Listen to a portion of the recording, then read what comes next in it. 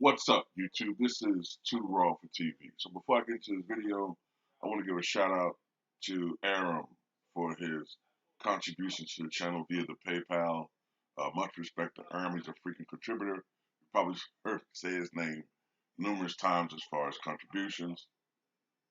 He is a huge fan of the old school. He shows appreciation in a note regarding my recent videos about Pete Maravich and Lou Hudson. I'm gonna try to do a little bit more, talk about some of these older players. I did a video about Skywalker a couple of weeks ago too, David Thompson. So he shows appreciation. If any of you all want to donate to the channel, you can do so in the links in the description box below via the PayPal or the Cash App. I'm thinking about opening a Venmo, particularly for the channel too, if that's an option that some people might want to use. You know what I'm saying? If you choose to donate to the channel monetarily. Um, I have a Patreon as well. I uploaded 3 videos on the Patreon yesterday. I'm probably going to upload a video on the Patreon either today, another one today or tomorrow.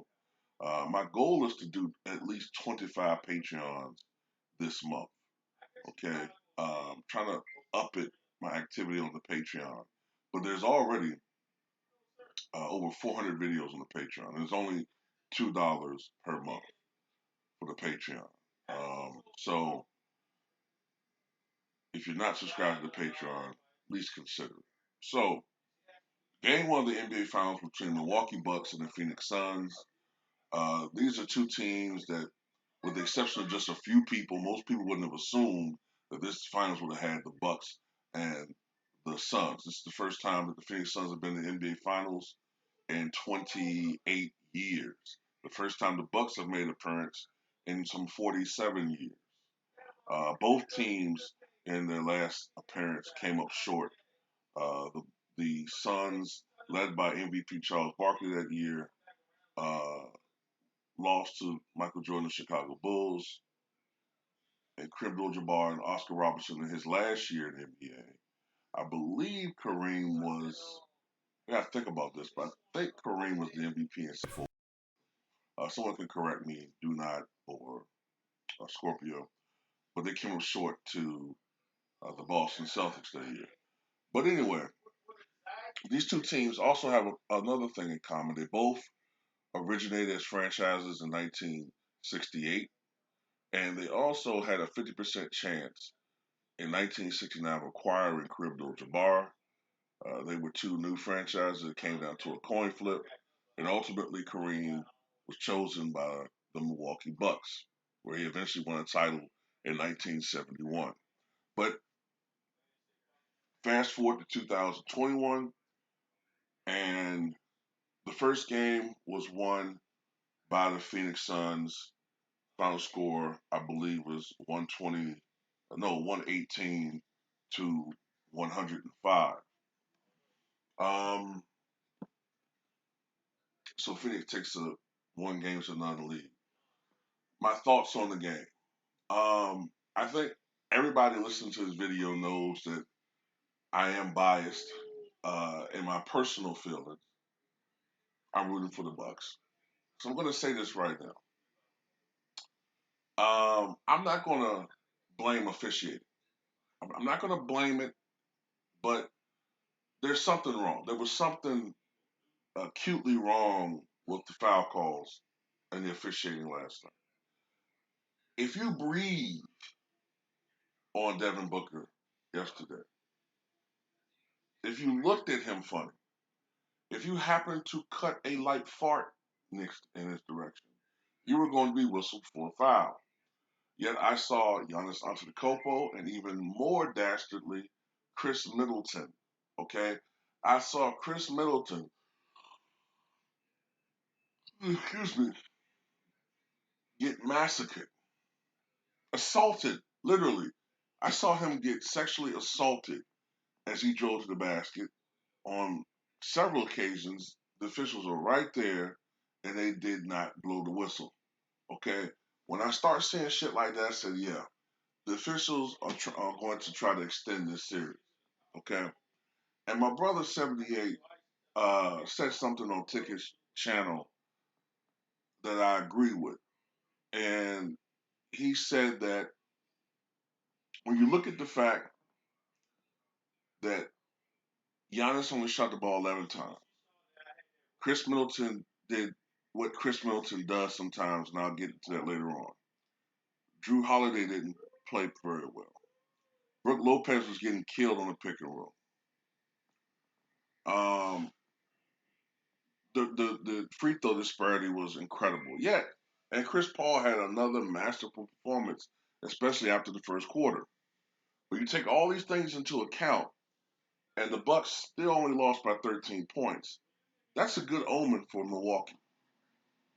It really is. Brook Lopez took more shots than Giannis.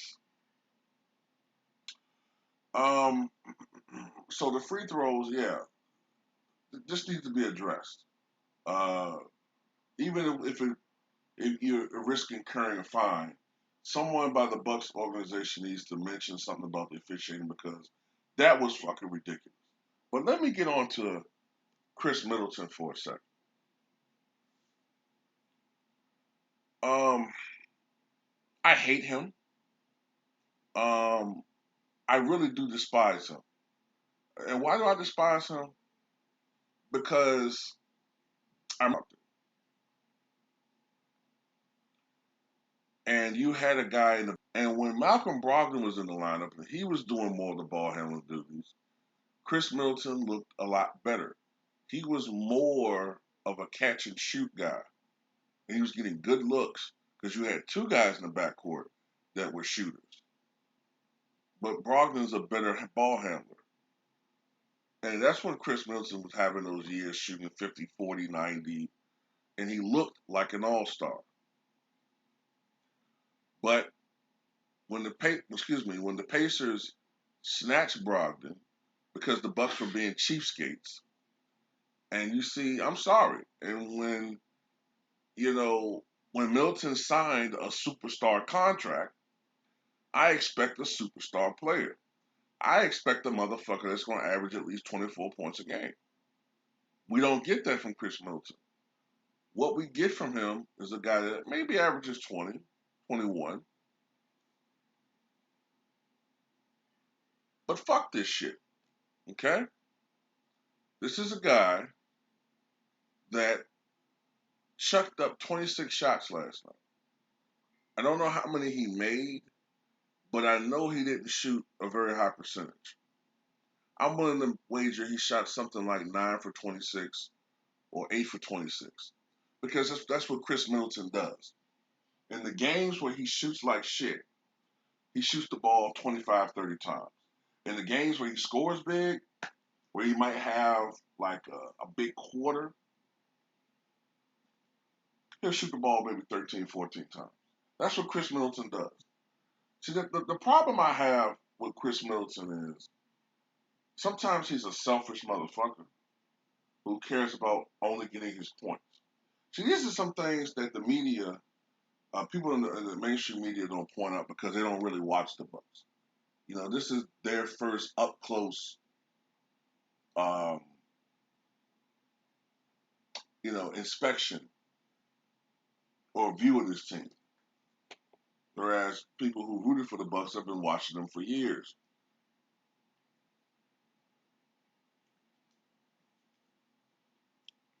I think that Chris Middleton, and I agree with Ticket on this one. I think that Chris Middleton is letting a lot of this shit, this talk, get into his head about him being an all-star, being the best player. And I think that he's going out there and trying to put up big numbers rather than letting the game come to him and playing, off of Giannis. Giannis needs to be the guy who's the lead. Okay, Giannis needs to be the guy who sets the tone at the beginning of the game, getting dunks and scoring inside and being and imposing his will on the game. And then when the defense focuses on Giannis, then you play off of that because that's going to open up opportunities for you on the outside. I don't understand why a lot of these guys start off shooting 26-foot threes. I don't fucking understand that shit. I do not understand it. I don't understand why these guys, you got the most unstoppable force in the NBA right now, Giannis Antetokounmpo. I don't understand why you don't go to this motherfucker 20 something fucking times in the first half. Because then, if you're killing them in the paint, all of their focus and attention is going to be in the paint, and then that opens up the shooters. And then the floodgates can open up. Because then you have all these uncontested looks. And you could potentially have a sizable advantage at halftime, or at least going in the third quarter. The Bucks just do a lot of dumb shit, man. It's too much outside in. The perimeter guys are dominating too much. It kind of reminds me, and I've said this before, it kind of reminds me of the early 1990s Houston Rockets, when strangely Don Chaney would have Kenny Smith or Kenny Smith or Vernon Maxwell or whoever. I think at that time Stephen Floyd might be on the team too. He would have the guards shoot a lot of. They were shooting. They were playing outside it. Olajuwon was averaging maybe 21 points a game, but you had Vernon averaging maybe 18. You had Kenny averaging 17. And it was stupid. Then comes Rudy, said, "Get this stupid shit up out of here. Olajuwon need to shoot the ball way more than this." That's when he started averaging 27, 28. And the role players were role players, and that's when they started winning titles. I don't understand what the fuck they're doing. Mike Budenholzer is a horrible fucking coach, man. I swear to God. He just don't fucking understand. It's like he's doing the same. He's so stubborn. It's like, I'm gonna make my philosophy work. I don't care if I'm this time God by gone it's gonna work. I know it. I got faith in the system, and he's gonna coach the Bucks right out of the fucking final. You keep putting Brook Lopez slow ass out there, he's getting cooked on the fucking pick and roll. Makes no goddamn sense. You know what I'm saying? Why don't you just put Giannis at the 5, put Bobby Portis at the 4? Yes, Bobby Portis isn't a great defensive player, but he more than makes up for it with his hustle, energy, tenacity, and I'll trust him more to get rebounds than Lopez. See, how many times have we seen Lopez get a rebound and get that shit ripped out of his fucking hands? Bobby Portis get that motherfucker, get the fuck off me. He brings toughness. He brings an element to the Bucks that they don't have right now. Now Tucker brings some of that, but Tucker to me is kind of undersized in this series. You know what I'm saying? His lack of size is hurting him, and I think they need to put Giannis at the 5, and that would make Ayton have to play defense, and you could potentially get Ayton into foul trouble instead of Ayton just doing what the fuck he want to do because he's being matched up against Lopez, who's out on the perimeter, so he has nothing to do but catch alleys all fucking day and rebound. So I don't know what Budenholzer's doing, man. Drew Holiday has been very inconsistent. I want to put up some numbers right quick for you guys for this playoffs right quick because I also want to dispel this stupid notion that I've heard Skip Bayless and them say about, well, the Bucks are better without Giannis. Well, Chris Middleton shot the ball 26 times last night. Giannis 11. Lopez 14. So this notion that Giannis is taking all these shots away, it would even make more sense if Giannis was like a shot jacker who shoot like 40% from the floor or something. Giannis is shooting 55%, 56% for the playoffs. I think the problem is this. I think this is more of the problem. It's the other two, other than Giannis, that are inconsistent. During the regular season, right, Drew Holiday shot 50% from the floor and 39% from three.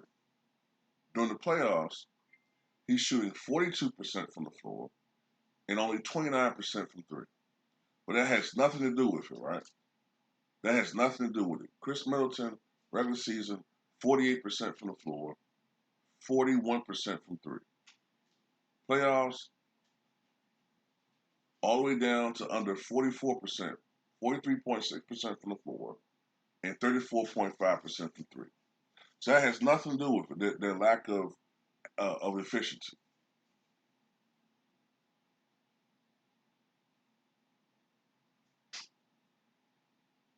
Giannis is still Giannis when he's shooting the ball.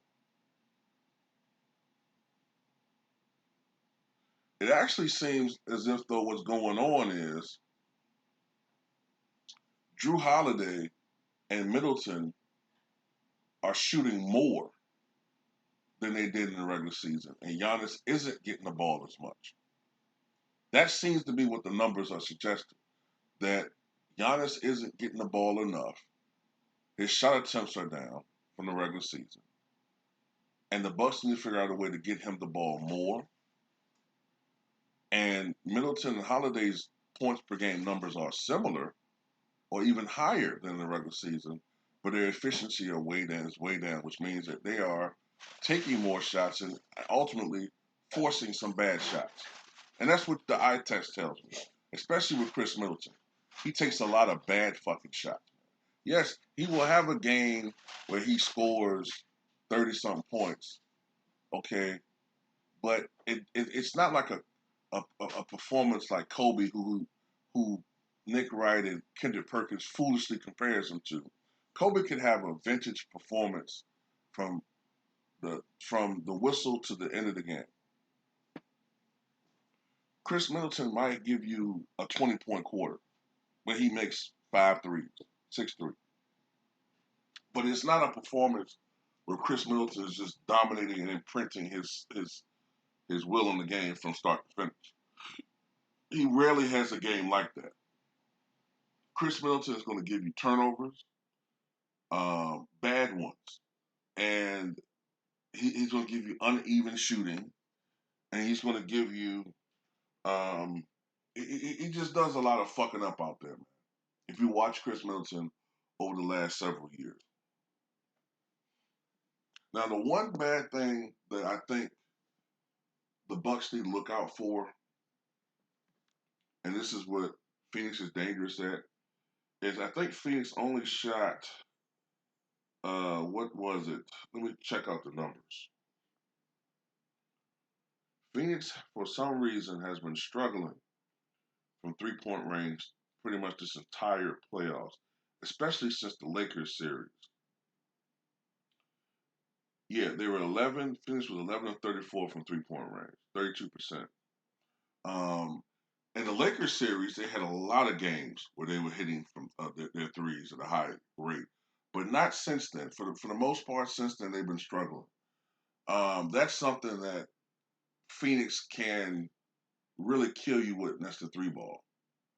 Um, Now we've seen Chris Paul have some games like that, and maybe Devin Booker, but the entire team is. I haven't really seen it since the Lakers series.